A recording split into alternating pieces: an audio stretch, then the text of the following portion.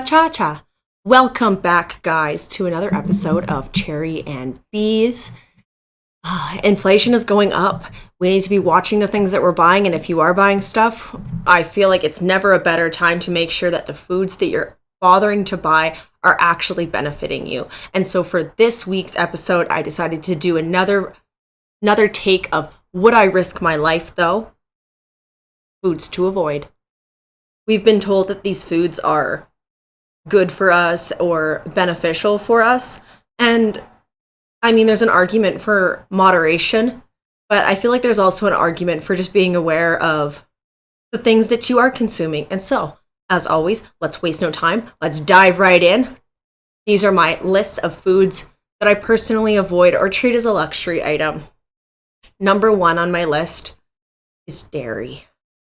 The big bad dairy.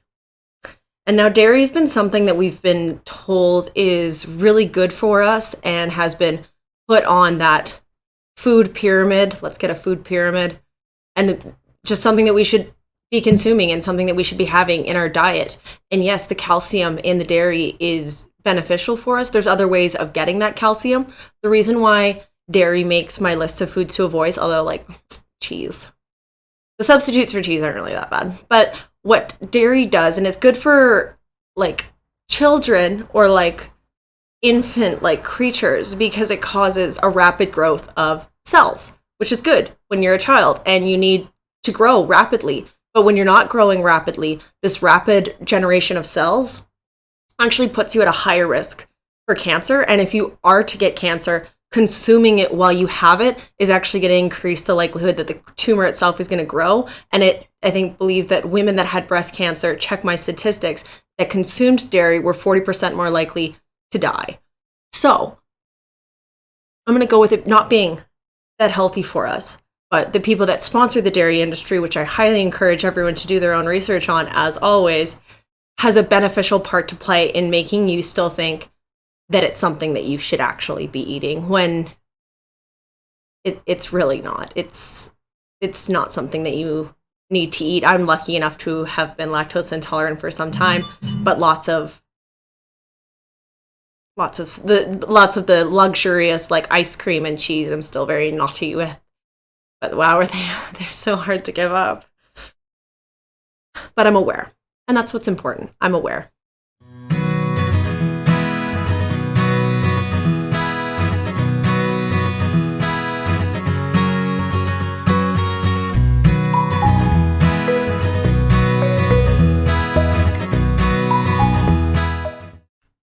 The second one on my list was fish. And I think that everyone gets very hung up on the idea that fish contain omegas and good protein, when in all reality, it's like any sort of animal that we're eating where it's acting as a middleman because the nutrients you're getting from it are actually coming from the vegetation that it consumes. But all that aside, there's farmed fish and there's fresh fish. And when it comes to fish, I feel like at this point, you're kind of just picking your poison because the farmed fish, the fish in farms have been known to been fed other fish. And so not only is it really not that sustainable at all, but your fish is being forced to partake in cannibalism. And the fish itself is actually injected with a color to the farmer's choosing of what shade of pink for salmon that they think that the consumer is going to find most desirable, and it's actually an artificial color. On the opposite side, for fresh fish, you're dealing with mercury, microplastics in its body. There's no such thing as dolphin-safe fish. You'd be surprised what happens when you're 1,000 kilometers from land. So, do you want microplastics or do you want cannibalistic fish that have injected pigment? Take your pick. Just take your pick. Moving forward.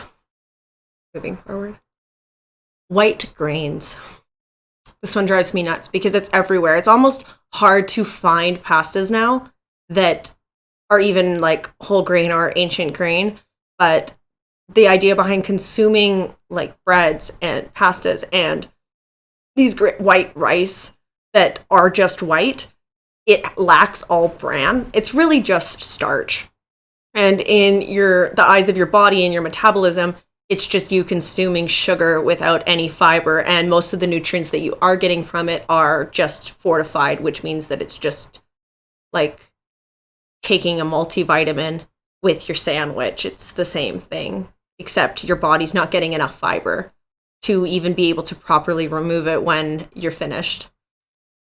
But I think it's something that, like, if you have a nice meal of spaghetti, that white baguette with it and the white pasta, you think you're having a hearty meal. You're not. You're just eating a lot of sugar. And then if assuming that you bought the pasta sauce in the can, you're consuming even more sugar with that, because overly packaged foods like that tend to max out the sugar content before you deem it to be too sweet, but it's just sweet enough to have you continue to consume it, which makes you feel like it's better than the one you're making at home. The ingredient that you're lacking is sugar. So, yeah. Maybe not. Maybe not have that white pasta with that glass of milk with cheese on top. Kind of just wasting your money at this point, and you're creating a cycle of perpetual sickness for yourself. Moving forward.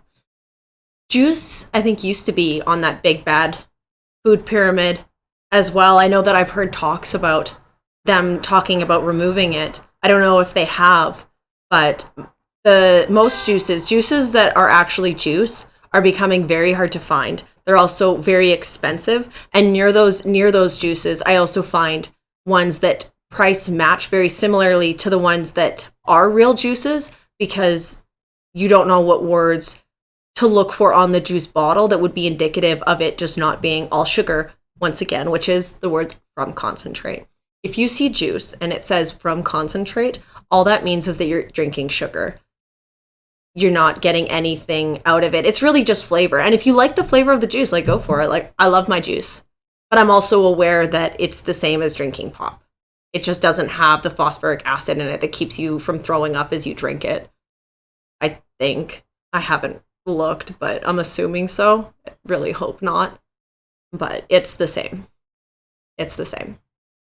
It's not good for you. From concentrate just means sugar. It's not juice. It's just flavored sugar.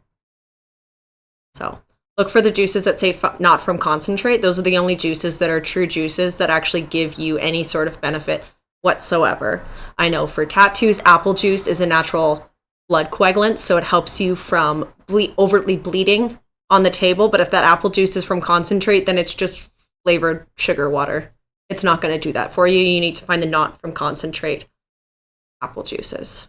And so, something to be aware of when you're shopping for juice. If you're about to spend $6 on that jug that says from concentrate, you might want to rethink that decision and find one that says not from concentrate that's going to be around the same price. Moving forward to my last one that I decided to throw on this list, because I feel like it's very misconstrued. When you were in school and your mother packed you that beautiful ham sandwich, maybe it was on white bread, not to trigger anyone, but deli meats are actually considered to be a high-level carcinogen. You might as well have just made your sandwich with cigarettes, because it's in the same classification on that list of carcinogens. Overly processed deli meats are not good for you. We're under the assumption that they're good for you. They're not. If you have a meat in your fridge and it lasts for like 3 weeks, that's not the meat that you think that it is. And so I just don't even know why you would even bother buying it, if I'm being honest with you, unless you're really hooked on deli meat. But that's just it, is that it's a luxury item. But I think that that's the biggest issue with the items on this list, is that we're told that these items are good for us, when in all reality that they're not. And there's just people that are benefiting financially from you continuing to believe that these items are good for you. Welcome to the way things actually are. And so that's my list of foods to avoid. I would not risk my life for these foods. I treat them as high luxury items. I'm very cautious about the ones that I pick, and I'm very aware of the fact that they're actually not benefiting me whatsoever. So at least if I do choose to partake in them, I'm not choosing to partake in ignorance as well. I hope that everyone found this beneficial. If anyone has any other foods that they think that they should have made this list that did not make this list, please feel free to leave a comment below. Let me know, because this list could have been really long. It could have been really long. There's lots of foods that we shouldn't be eating that we're told that we should be eating.